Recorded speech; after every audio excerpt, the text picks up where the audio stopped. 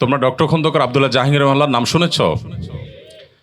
Sir একটা উপমা দিতেন, আমার কাছে বেশ ভালো লাগে উপমাটা। সেটা হলো, স্যার বলতেন যে আল্লাহ সুবহানাহু ওয়া তাআলা মানুষ এবং অন্য প্রাণীদের যে সৃষ্টি করেছেন, এই দুই সৃষ্টির উপমা হলো বাটন ফোন আর স্মার্টফোনের মতো। অর্থাৎ আল্লাহ তাআলা যে অন্যান্য প্রাণী তৈরি করেছেন, ধরো হাঁস, মোরগ, গরু, ছাগল, যা যা আছে, এই সবগুলোকে স্যার বলতেন এগুলো হলো বাটন ফোনের মতো। আর আমরা যারা মানুষ, আশরাফুল মাখলুকাত, আল্লাহর সবচেয়ে সেরা সৃষ্টি, সৃষ্টি জগতের সবকিছুকে আল্লাহ তাআলা যে মানুষের জন্য সৃষ্টি করেছেন, সে মানুষের তুলনা স্যার দিতেন স্মার্টফোনের সাথে। কিভাবে তিনি বোঝানোর চেষ্টা করতেন যে দেখো, একটা বাটন ফোনে কিন্তু যা যা প্রোগ্রাম দেওয়ার আছে তা কিন্তু দেওয়াই থাকে। বাটন ফোনে কি অ্যাপ স্টোর, প্লে স্টোরের মাধ্যমে নতুন কোনো প্রোগ্রাম ডাউনলোড করার সুযোগ আছে? সুযোগ নেই। ক্যালকুলেটর যেটা দেওয়া আছে, তোমার পছন্দ হইলে ভালো, না হলে তুমি আরেক সেট চেঞ্জ কিনো, কিন্তু নতুন আরেকটা ক্যালকুলেটর তুমি নামানোর কোনো সুযোগ বাটন ফোনে থাকে না। কিন্তু স্মার্টফোনে অলমোস্ট ব্ল্যাঙ্ক, মূল জিনিসগুলো দেওয়া থাকে। এরপরে তুমি কি কি নামাবা না নামাবা, তুমি অ্যাপ স্টোরে গিয়ে, প্লে স্টোরে গিয়ে তোমার সুবিধা অনুযায়ী তুমি নামাইতে পারো। আল্লাহ রাব্বুল আলামিন যে হাঁস মোরগ তৈরি করেছেন, অন্যান্য সৃষ্টি, অন্যান্য প্রাণী তৈরি করেছেন, এদের সবাইকে আল্লাহ রাব্বুল আলামিন নির্দিষ্ট প্রোগ্রাম তাদের মধ্যে দিয়ে দিয়েছেন। নতুন কোনো প্রোগ্রাম সেখানে ঢুকাবার সুযোগ নেই।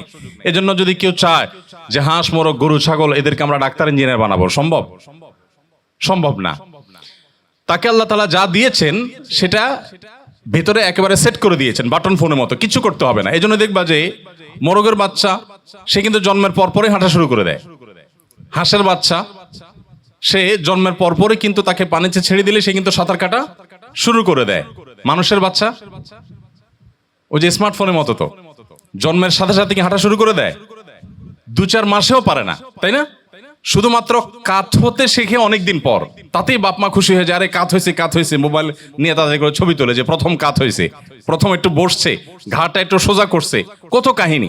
কারণ ওই যে স্মার্টফোনের মতো তো কোনো কিচ্ছু দেওয়া নাই, এখন সে আস্তে আস্তে শিখে, দেখে যেটা তার পছন্দ সে সেটা ডাউনলোড করে নেয়।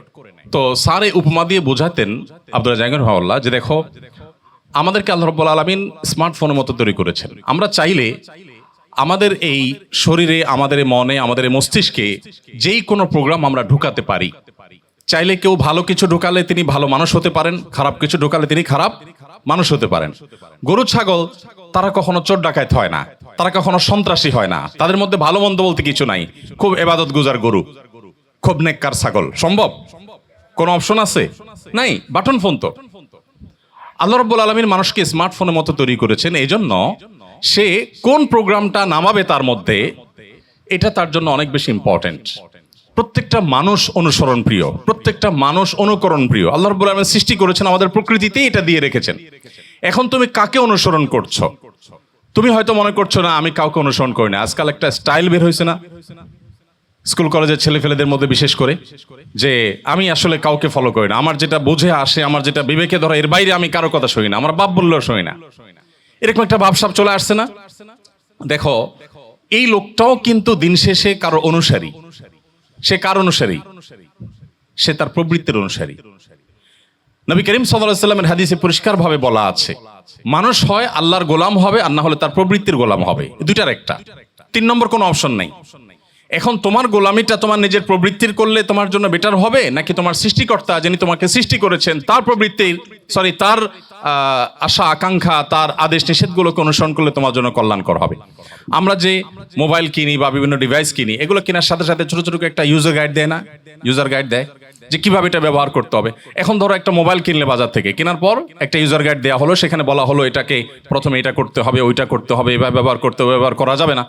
তুমি যদি এটা আনার পর বলো যে আমার টাকা দিয়ে আমি মোবাইল কিনলাম, কেন তার সমস্ত কাহিনী শুনতে হবে?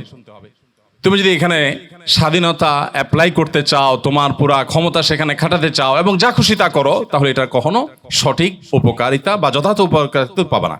ঠিক একইভাবে আল্লাহ রাব্বুল আলামিন আমাদেরকে সৃষ্টি করার পর কোরআনে কারিম দিয়ে রেখেছেন। মানুষ বহু কিছু এক্সপেরিমেন্ট করে, গোটা পৃথিবীতে বহু পরীক্ষা নিরীক্ষা হয়েছে মানুষের উপরে। তুমি যদি একটু চোখ কান খোলো, তুমি দেখবে ইউরোপিয়ানরা, আমেরিকানরা, তারা পৃথিবীকে অনেক কিছু দিয়েছে। তারা জ্ঞানে, বিজ্ঞানে, তথ্য প্রযুক্তিতে অনেক কিছুতে আমাদের থেকে এগিয়ে, এবং তাদের অনেক অবদান আছে, সেগুলো সব আপন জায়গায় স্বীকার্য। এরপরও কিছু জায়গায় তাদের ক্রাইসিস আছে। এই ক্রাইসিসগুলো যদি তুমি একটু চোখ মেলো দেখতে পাবে একবার দিনের আলো মতো পরিষ্কার। তারা বড় বিবাহ বহির্ভূত সম্পর্ককে তারা অ্যাপ্রিসিয়েট করেছে, তারা সমকামিতার মতো বিষয়গুলোকে তারা মানুষের অধিকারের পর্যায়ে নিয়ে গেছে, নিয়ে সেগুলোকে তারা এস্টাবলিশ করেছে। এরকম আরো অনেক কাজ তারা করেছে। এই কাজগুলোর ফলশ্রুতি কি হয়েছে সেগুলো তুমি যদি একটু তাকাও তাদের বাস্তবতায়, তো দিনের আলোর মতো তোমার কাছে পরিষ্কার হয়ে যাবে। নতুন করে কিছু তোমাকে বোঝাতে হবে না। আমরা যারা এখনো মনে করি যে ইসলামের কথা বললে, আল্লাহর কথা বললে, রাসূলের কথা বললে মানুষ সেকেলে হয়ে যায়, আধুনিকতা হবে যদি আমি ভিন্ন কিছু ভাবি, ভিন্ন কিছু করি, স্রোতের বিপরীতে চলতে শিখি, যারা এই সমস্ত চিন্তা করি তাদেরকে আমি বলবো যে পৃথিবীর দিকে তারা যেন একটু তাকায়। আমি একটা কথা প্রায় বলি যে পশ্চিমারা আমাদের চাইতে জ্ঞানে, বিজ্ঞানে, তথ্যে, প্রযুক্তিতে, অবকাঠামোতে, কলকারখানাতে, ইন্ডাস্ট্রিতে, আরো বহু সেক্টরে তারা আমাদের চাইতে যদি 500 বছর এগিয়ে থাকে, আমরা সাবকন্টিনেন্টের মানুষ তাদের চাইতে 1000 বছর